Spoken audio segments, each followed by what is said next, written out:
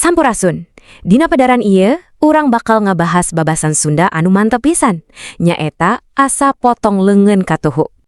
Sok bayangkeun, pernah teu ngarasa leungiteun pisan ku hiji jalma anu biasa ku urang diandelkeun?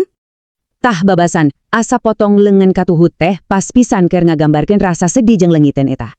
Hayu urang tingali asal-usulna tina carita Juragan Kanduruan sareng kapercayaanana, nyaeta Ki Ali.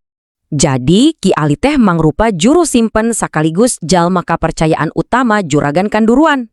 Sagala harta diurus ku Ki Ali, nepi ka Juragan ge meh poho kana hartana sorangan. Hebatnya. Tapi hiji poe, jol datang anak Ki Ali ti jauhna mawa warta anu matak ngarewaskeun. Anakna kalayan sopan menta idin ka Juragan, hayang mawa bapana balik harita keneh.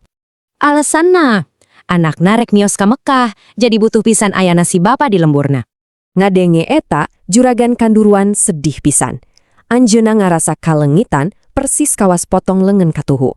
Metaforana jero pisan, potong leungeun sacara fisik teh sarua nyeri jang leungitna batur gawe andalan.